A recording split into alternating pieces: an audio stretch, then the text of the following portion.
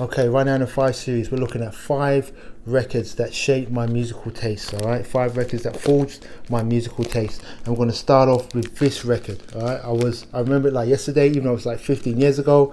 I was walking through Park Slope in Brooklyn. I got a phone call from my best friend in London. He said, "Have you seen Broken Flowers, the new Jim Jarmusch movie?" I said, "No." He said, "Do you know about Ethio Jazz?" I said, "No." He said, "You should check out this cat called Milatu at Satke.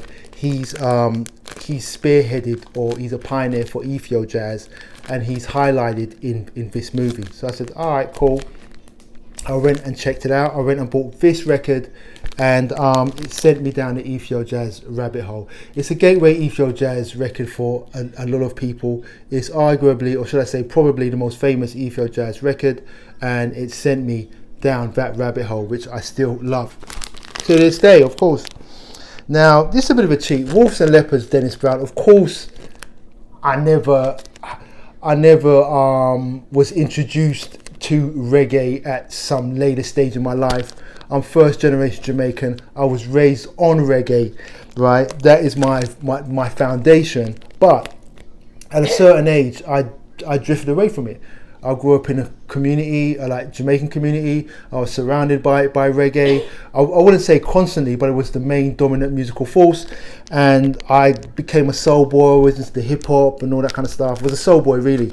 And my oldest brother wanted me to follow him to a Dennis Brown concert. And I thought I was past all that. I was like, I don't really want to go and check out Dennis Brown. Been there, done that. I grew up on him. There's nothing there really for me. I went to this concert in Camden Town, and it just blew me away because I knew every track, and I kind of taken them for granted because I grew up on it. And I just knew every track. He put on a great show. It was an eye-opening experience for me, experiencing the love that Dennis Brown got. And I started to seek out reggae records again, and I bought this record, Wolves and Leopards. The title track was a very famous track in our community, which is partly why I bought this album. But this album is just a great classic album from beginning to end, and it reignited my interest in reggae music and had me pursuing other reggae artists. So very, very important record for me. This record was my first psych record. I was intrigued by the cover, and I bought it. Strawberry Alarm Clock. I dabbled around with like your Savoy Browns and your Country Joe and the Fish and all that kind of stuff. I kind of dabbled in psych, but this was kind of my first truly psych record that I bought, and it sent me down that psychedelic street. So big ups to this record. Tim Meyer. I was in a cab in Rio going to a football match, the Rio semi-final, and a track came on the radio, and it was a soul track, but it was obviously a Brazilian singer, right? And because he was singing in Brazilian, but it was like Memphis soul sounding. I said, "Who is this?" And the cab driver, Hilem, we're actually still friends to this day. Hilem said, "Oh, that's Tim Meyer. He's a legendary classic singer, but he's a bit crazy." Da, da, da. I said, "Okay."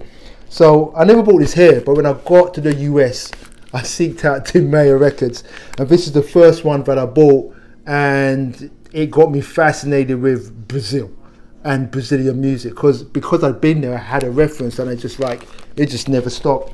And finally, Woody Shaw, Stepping Stones. I've been messing with jazz, like really just jazz funk confusion. Donald Byrd, Roy Ayers, Liston Smith, and I had John Coltrane. The Blue Train album was kind of I listened to that too, but I was doing literally the Stepping Stones, like Coltrane's and your Miles Davises and stuff. I never really figured out my own taste in jazz, and I bought this on CD, Woody Shaw by Stepping Stones, and Woody Shaw Stepping Stones, a live recording, and something clicked, and I felt like I got it. I felt like I understood it, and I felt like I wanted more, and it crossed me over into that jazz world that I've never left. Very important album for me.